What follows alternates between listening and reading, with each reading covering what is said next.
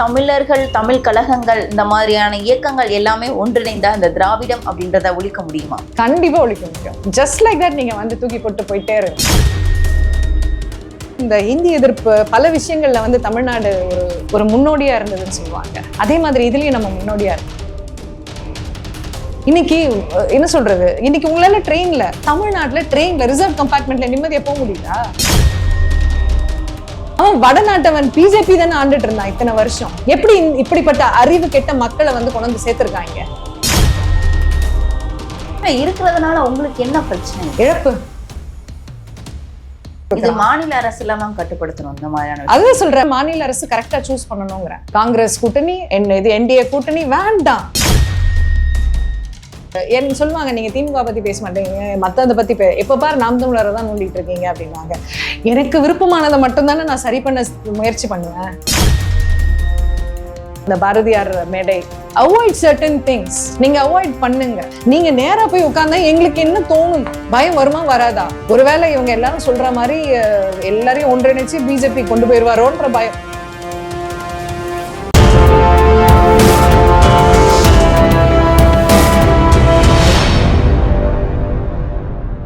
யூத்தமிழ் நேயர்களுக்கு வணக்கம். நான் உங்கள் பிருந்தா சங்கர். இன்று நம்மோடு சிறப்பு விருந்தினராக இணைந்திருவது மீள்வோம் மீட்போம் இயக்கத்தின் நிறுவனர் இனியவள் ரஜினி அவர்கள். வணக்கம். வணக்கம். எப்படி இருக்கீங்க? நல்லா இருக்கேன். தமிழர்கள், தமிழ் கழகங்கள், இந்த மாதிரியான இயக்கங்கள் எல்லாமே ஒன்றிணைந்த அந்த திராவிடம் அப்படின்றத ஒழிக்க முடியுமா? கண்டிப்பா ஒழிக்க முடியும். ஜஸ்ட் லைக் தட் நீங்க வந்து தூக்கி போட்டு போயிட்டே இருக்கலாம். நமக்கு நம்ம அதாவது இந்த இந்தி எதிர்ப்பு பல விஷயங்கள்ல வந்து தமிழ்நாடு ஒரு முன்னோடியா இருந்ததுன்னு சொல்லுவாங்க. அதே மாதிரி இதுலயும் நம்ம முன்னோடியா இருக்கோம். நமக்கு ஒன்றியம் தேவையில்லை. ரயில்வேக்கு பாதுகாப்புக்கு மட்டும்தான் நமக்கு வந்து ஒன்றியம் தேவை. அதுக்கான டாக்ஸை நம்ம கொடுத்துருவோம். நம்மளுடைய கவர்மெண்ட் நம்ம பார்த்துப்போம். இன்னைக்கு என்ன சொல்றது, இன்னைக்கு உங்களால தமிழ்நாட்டுல ட்ரெயின்ல ரிசர்வ் கம்பார்ட்மெண்ட்ல நிம்மதியா போக முடியுதா? எப்படி இந்த கலாச்சாரம் வந்துச்சு? அவன் வடநாட்டவன் பிஜேபி தானே ஆண்டுட்டு இருந்தான் இத்தனை வருஷம். எப்படி இப்படிப்பட்ட அறிவு கெட்ட மக்களை வந்து கொண்டு வந்து சேர்த்திருக்காங்க? ஏன் அங்க டெவலப்மெண்ட் பண்ண முடியல? அங்க உள்ள ரிசோர்சஸ்ல ஏன் அவனால ஒண்ணும் பண்ண முடியல? கொண்டு வந்து ஏன் இங்க டம்ப் பண்றான்? இங்க இருக்கிற பிஜேபி சப்போர்ட்டர்ஸ் ரொம்ப தெளிவா வரட்டுமே, இருக்கட்டுமே. இருக்கிறதுனால உங்களுக்கு என்ன பிரச்சனை? இழப்பு.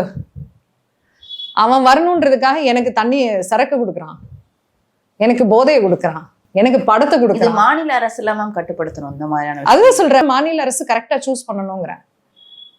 காங்கிரஸ் கூட்டணி இது என்டிஏ கூட்டணி வேண்டாம்.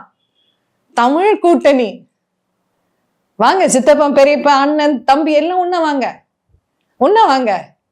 உங்களால வர முடியலன்னா அதுக்கு காரணம் வந்து உங்களுக்கு இருக்கிற ஈகோ மட்டும்தான். இதை தெளிவா உறுதியா நான் சொல்ல முடியும். உங்களுக்கு இருக்கிற ஈகோ மட்டும்தான், வேற எதுவுமே கிடையாது.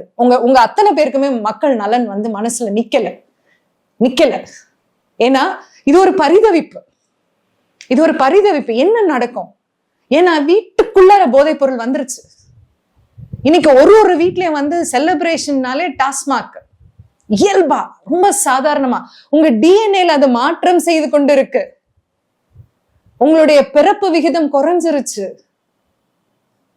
உங்களுடைய இப்போ இன்னைக்கு கிளைமேட்டிக் கண்டிஷன்ஸ் எவ்வளவு மோசமா இருக்கு. மேற்கு தொடர்ச்சி மலையை தொடச்சி விட்டுட்டீங்க அப்படின்னா அப்புறம் எப்படி நமக்கான சேஃப்டி கிடைக்கும்? அது நமக்கு ஒரு காட், அது நமக்கு பாதுகாப்பு அரண். உடைச்சு விட்டீங்களே. இன்னைக்கு ஆறுகள் இல்ல, மலைகள் இல்ல, இயற்கை கிடையாது. சாப்பிடுற சாப்பாடு ஒன்றும் இல்லை. வெளிநாட்டுல இருக்க ஒரு ப்ராடக்ட்டுக்கும் நம்ம இந்தியால இருக்க ப்ராடக்ட், ஒரு மேகி எடுத்துக்கோங்க, நூடுல்ஸ் எடுத்துக்கோங்க, அங்க சோடியம் கண்டென்ட் வேற, இங்க சோடியம் கண்டென்ட் வேற. ஒரு 2 மேகி நூடுல்ஸ் சாப்பிட்டோம்னா நமக்கு வந்து டேஞ்சரஸ். அவ்வளோ எதுவுமே வந்து யூ ஹேவன்ட் பாலிசி பண்ணல. இவங்க என்னன்னா பாஜக மாடுன்னு வாங்க. இந்தியா தான் ஹையஸ்ட் எக்ஸ்போர்ட்டர் ஆஃப் இது கவுஸ்கின். ஹையஸ்ட் எக்ஸ்போர்ட்டர் நம்ம தான். நாடகம் இது. ஏன் மக்களுக்கு புரியல? It is all fake. எப்பதாம மக்கள் வந்து அந்த புரியக்கூடிய நிலைக்கு வருவாங்க? தலைவர்கள் பொறுப்பாகணும். அந்த போதை வந்துருது. நம்மள எல்லாரும் பாக்குறாங்க, நம்ம சொல்றதை கேட்கறாங்க, நம்ம தான் எல்லாம். இன்னொருத்தனும் அந்த இடத்துக்கு வர்றதுல அனுமதி கிடையாது. நான் மட்டும்தான் இருக்கணும். வேணா என் பின்னாடி வா. ஈகோ தானே இது, ஈகோ இல்லாம என்னது? மக்கள் புரிஞ்சுக்கணும், நீ அரசியலுக்கு வரனா சேவை செய்ய வர. It is a biggest form of service to the people. இல்ல, ஒருத்தர் சேவை மனப்பான்மையில வந்தா கூட அவங்கள மடைமாற்றம் செய்து கொண்டு போறாங்க. அததான் சொல்றேன், மக்கள் புரிஞ்சுக்காத வரைக்கும் நீ கையேந்திர பாரு.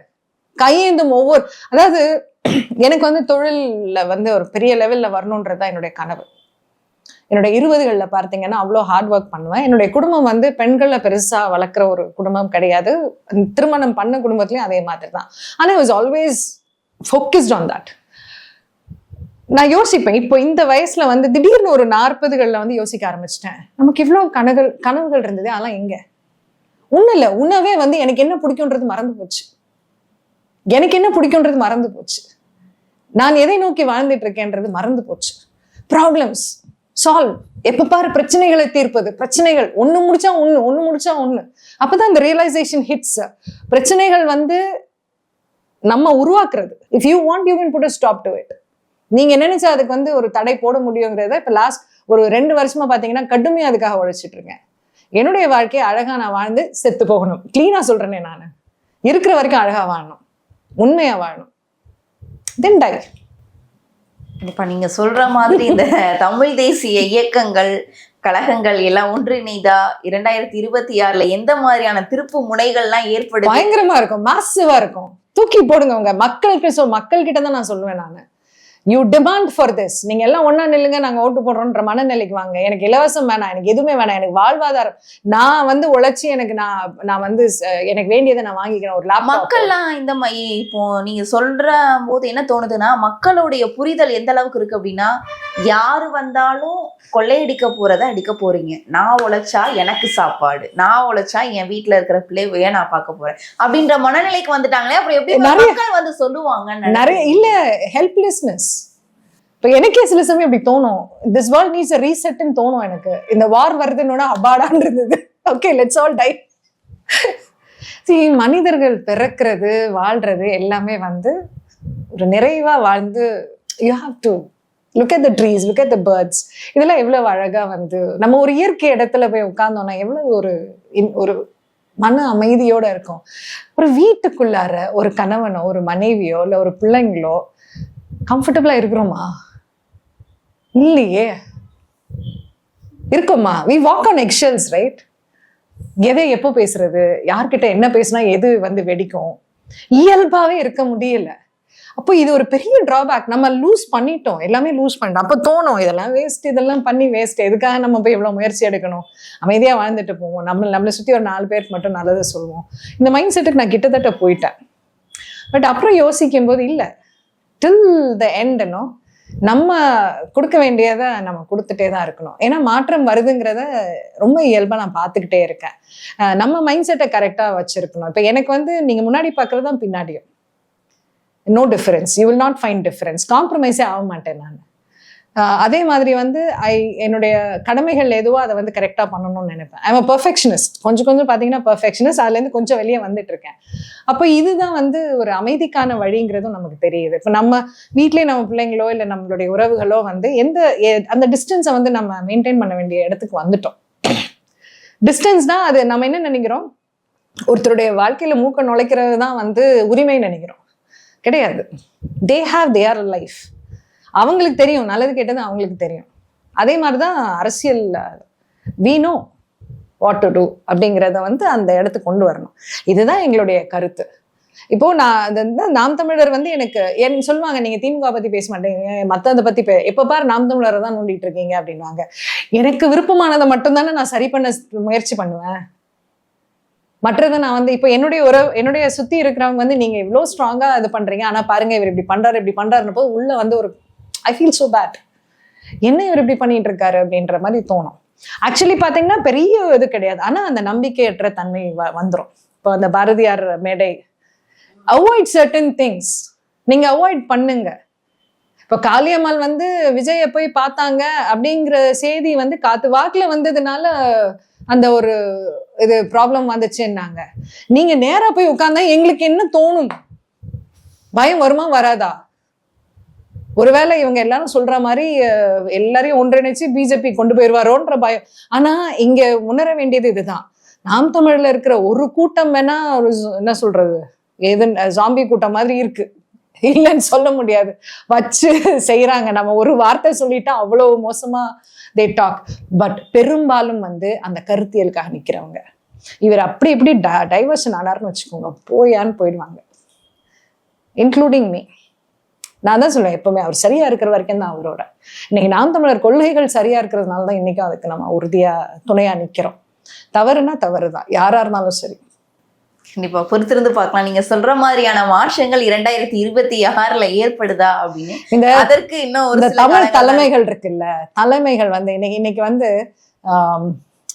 ரொம்ப முக்கியமான ஒரு விஷயம் என்ன அப்படின்னா, இந்த அரசியலுக்குள்ளார பெண்கள் கிடையாது, முடிவெடுக்கும் இடத்துல பெண்கள் கிடையாது, ஆலோசனை கொடுக்கும் இடத்துல பெண்கள் கிடையாது, அதை ஏத்துக்கிற மனநிலையில ஆண்களும் கிடையாது. நீங்க எப்போ பெண்கள் 50% பெண்கள் நீங்க சொல்றதுனால எந்த மாற்றமும் வந்துடாது. ஏன்னா they are still controlled by the men. அங்க இருக்கிற மாவட்ட செயலாளர்களோ இல்ல மாவட்ட, that is what is happening. இண்டிபெண்டாலாம் யாருமே கிடையாது. நீங்க என்னைக்கு இண்டிபெண்டா கொண்டு வரீங்களோ, ஏன்னா இன்னைக்கு இண்டிபெண்டா இருக்கிற ஒரு சுயமா சிந்திக்கக்கூடிய ஒரு பெண்ணை திமிர் பிடிச்சவன் ஒதுக்கி வைக்கிறதுலதான் தயாரா இருக்கு. இவளுக்கு திமிர், அதனால பேசுறா. when a man does it he is confident, தெளிவா இருக்கிறாரு, உறுதியா இருக்கிறாரு. ஒரு பெண் அதே மாதிரி பேசினா திமிர். சோ நீங்க அதுல முதல்ல மாற்றம் கொண்டு வரணும். You have to bring women. ஏன்னா இப்ப இந்த இந்த கூட்டணி அமைக்கணும்ன்றோம்ல, தமிழ் தலைவர்களை ஒன்றிணைக்கணும்னு சொல்றோம் இல்லையா, இது யாரு பாசிபிள்னா, நீங்க ஒரு ஆளுமையான பெண், தெளிவா சிந்திக்கக்கூடிய பெண்ணை நம்பி நீங்க இதை விட்டீங்க அப்படின்னா அது நடக்கும். they will be the bridge. ஏன்னா ஒரு குடும்பத்திலையும் பெண் தான் bridge. ஒத்துக்கிறீங்களா இல்லையா? அரசியல் அது வராத வரைக்கும் நம்மளால ஒண்ணுமே பண்ண முடியாது.